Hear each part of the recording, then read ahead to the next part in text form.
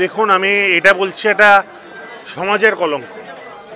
এইটা আপনি এই রকমভাবে কাউকে দোষ দিয়ে আপনি সারাতে পারবেন না। এটা আমার বিশ্বাস, এটা একটা যারা এরম করে তারা মানসিক রোগগ্রস্ত, সমাজের একটা কালো দিক। আমি আজকে রাজনৈতিকভাবে এটাকে ব্যবহার করতে চাই না বিরোধীদের বা অন্য কাউকে আক্রমণ করার জন্য, কারণ তারা ব্যবহার করেছিল এটা রাজ্য সরকারের বলে। আমি এইভাবে ব্যবহার করতে চাইবো না যে পাল্টা দেওয়ার যে কার নিরাপত্তার দায়িত্ব ছিল কী ছিল, এটা আমার উচিতে বাদ। যে যার সঙ্গে হয়েছে আমি তার এবং তার পরিবারের প্রতি সমবেথী।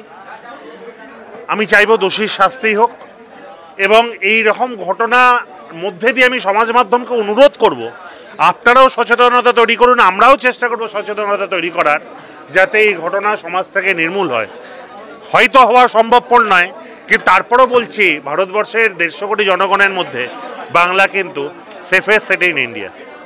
দেখুন, আমি আপনার ঘটনাটা কোনটা বলছেন আমি এখন অবধি জানি না। আমি শুনেছিলাম কালকে বিজেপির কেউ একটা কোনো ছাত্রীর সঙ্গে মানে নোংরামি করার চেষ্টা করেছে বা করেছে। দেখুন, আবারও বলছি, আমি এর জন্য বিজেপিকে কালিমালিপ্ত করতে চাই না। আমি তাদের ধারায় রাজনীতি করি না। আমার মনে হয় এটা একটা সামাজিক অবক্ষয়। যে করেছে এটা তার দোষ, এবং সে যেই হোক, যে কোনো রাজনৈতিক দলের হোক, যে কোনো ধর্মের হোক, তার শাস্তি হওয়া উচিত, এবং এমন শাস্তির নিদান থাকা উচিত।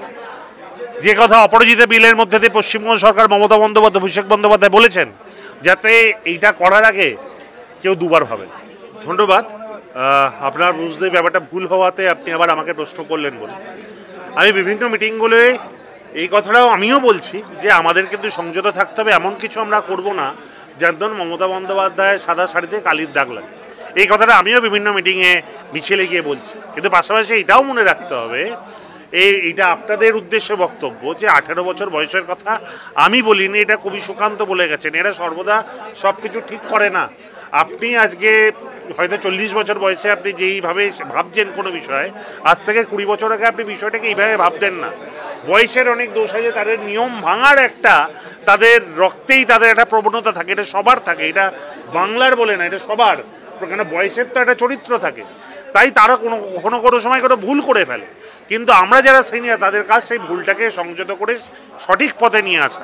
এবং আমরা বিশ্বাস করি আগামী দিনে যারা যারা আপনার খবরটা দেখছেন তারা হয়তো আপনাকে প্রশ্ন করতে পারেন যে মনোজিৎ মিশ্র কেন রেপ করেছে, বা মনোজিৎ মিশ্রকে আগে বলা হয়নি কেন।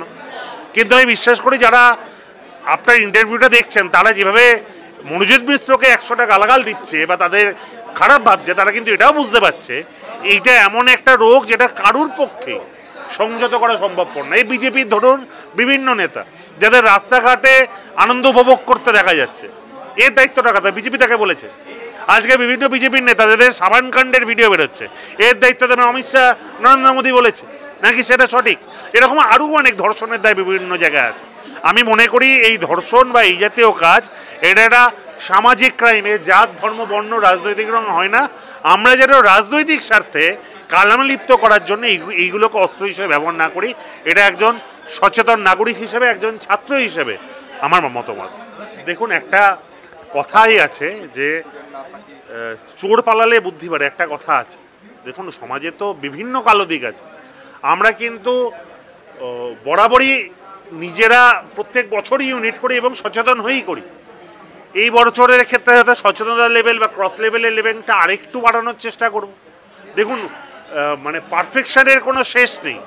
তার মানে এটা নয় যে এটা আমরা আগে করতাম না, আমরাও আমাদের মতন খোঁজখবর নিতাম। আগে যদি 2 লেয়ার বা 3 লেয়ার ভেরিফিকেশান হতো, এখন হতে 5th লেয়ার ভেরিফিকেশানের জন্য কী করা যায় সেটা মানবো। আপনাকেও তো বুঝতে হবে, বাংলার এত কলেজ, এত ছাত্র, তাদের বেড়ে ওঠা আলাদা, তাদের পড়াশোনা ওঠা আলাদা, তাদের বাবা মার শিক্ষা দীক্ষা, তারা ফার্স্ট জেনারেশন লার্নার অধিকাংশই। এই সব কিছু নির্ভর করে আমরা সোসাইটিটাকে এগিয়ে নিয়ে যাচ্ছি।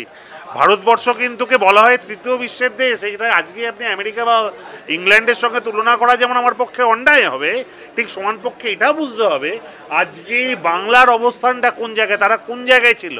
এই সিপিএম আমলে সোশ্যাল সামাজিক অবস্থা কী ছিল, তখন পার ক্যাপিটাল ইনকাম কী ছিল, আজকে তাদের সেই সময় অ্যাভারেজ শিক্ষার হাল কী ছিল, আজকে অ্যাভারেজ শিক্ষার হাল কী, এই সব কিছু বুঝতে হবে। আজকে মমতা বন্দ্যোপাধ্যায়কে আমরা বলি সমাজ সংস্কারক। কেন জানেন?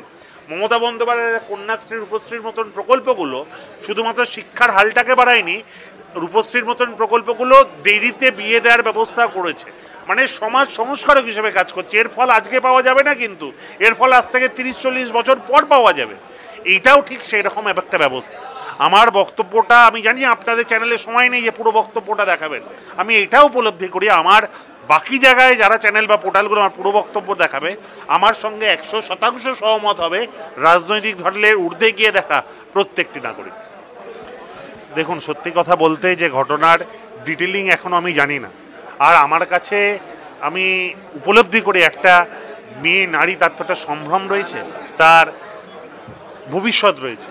আমি রাজনৈতিকভাবে সব ক্ষেত্রে কথা বলে একটা বিতর্ক তৈরি করে তাকে কালিমালিপ্ত করতে চাই না। আমি চাই দোষীর শাস্তি হোক এবং সমাজ থেকে এই রোগটা দূর হাঁটুক।